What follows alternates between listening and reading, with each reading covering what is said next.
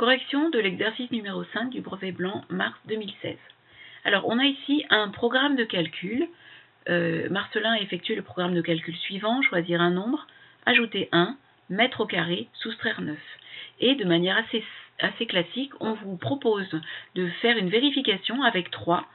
En choisissant 3, on obtient 7, donc il n'y a plus qu'à vérifier et trouver le 7 annoncé.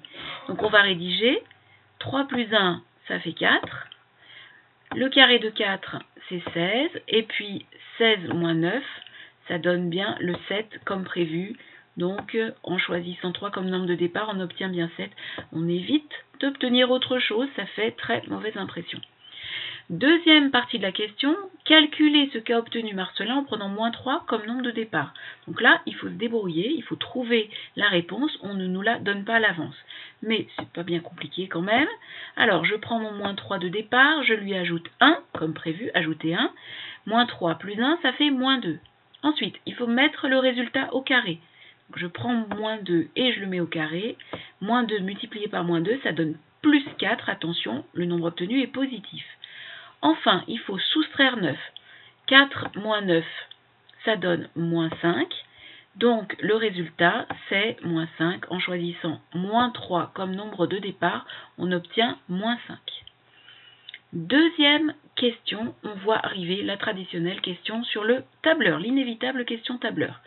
Alors, cette fois-ci, c'est Raoul, ce n'est plus Marcelin, et il a effectué un autre programme de calcul à l'aide de son tableur, et voici ce qu'il a obtenu. Donc, on vous donne le résultat, on vous donne toutes sortes de valeurs pour x, donc les valeurs de x vont de moins 5 à plus 5, et puis après, il y a différents calculs qui sont faits, et donc le résultat est supposé être dans la dernière colonne. On vous demande quelle formule Raoul a-t-il saisie dans la cellule D2 avant de la recopier vers le bas? Alors, la cellule D2, déjà, il faut la repérer grâce à l'adresse, D, colonne D, et puis ligne 2. Voilà, la cellule D2, elle est là. Comment est-ce qu'on a fait pour obtenir ce résultat? Bien, tout simplement, c'est écrit ici. Encore faut-il savoir que entre les deux parenthèses, ça veut dire multiplier par. Alors, qu'est-ce qui a été multiplié? C'est x moins 2, tiens, x moins 2, il est là, par x plus 4 qui se trouve ici. Donc, le contenu de cette cellule D2, vraisemblablement, c'est le contenu de cette cellule B2 multiplié par le contenu de la cellule C2. Encore faut-il le traduire correctement en langage tableur. Donc, la formule saisie dans la cellule D2 est, syntaxe du tableur, je commence ma formule par le signe égal, je donne l'adresse de la cellule B2, multiplié par, en langage tableur, c'est étoile, et puis C2 qui est là. On aurait pu redonner tout le détail, je choisis un nombre, je lui enlève 2, etc., etc. Mais c'était vraiment se compliquer la tâche, étant donné que là, on comprend bien qu'on a fait moins 7 fois moins 1 pour obtenir 7, moins 6 fois 0 pour obtenir 0, etc. Les résultats qui sont là sont obtenus en attrapant ici la poignée qui apparaîtrait si c'était un véritable tableur et en étirant la formule vers le bas. On aura donc tous les résultats pour les nombres de départ qui sont ici sous la lettre X. Donc ce X, il varie dans ce tableau de moins 5 jusqu'à plus 5.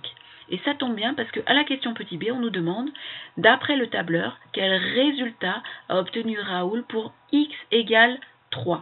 Donc il faut aller chercher dans le tableur la valeur de x égale 3. Alors x égale 3, on regarde, les x c'est la colonne A, égale 3 je cherche, et voilà, x égale 3 est là.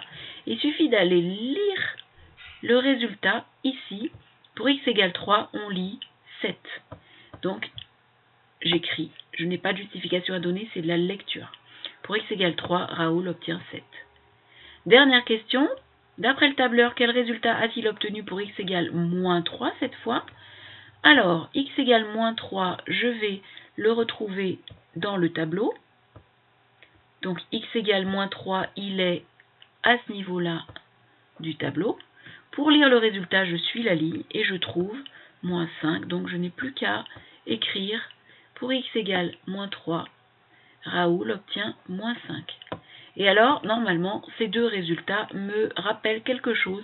Ça ressemble quand même beaucoup au résultat de Marcelin de la question 1.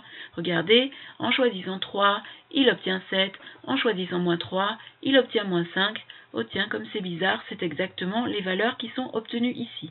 Donc ça nous permet une petite vérification et évidemment, il y a une suite, il y a une cohérence dans ce problème.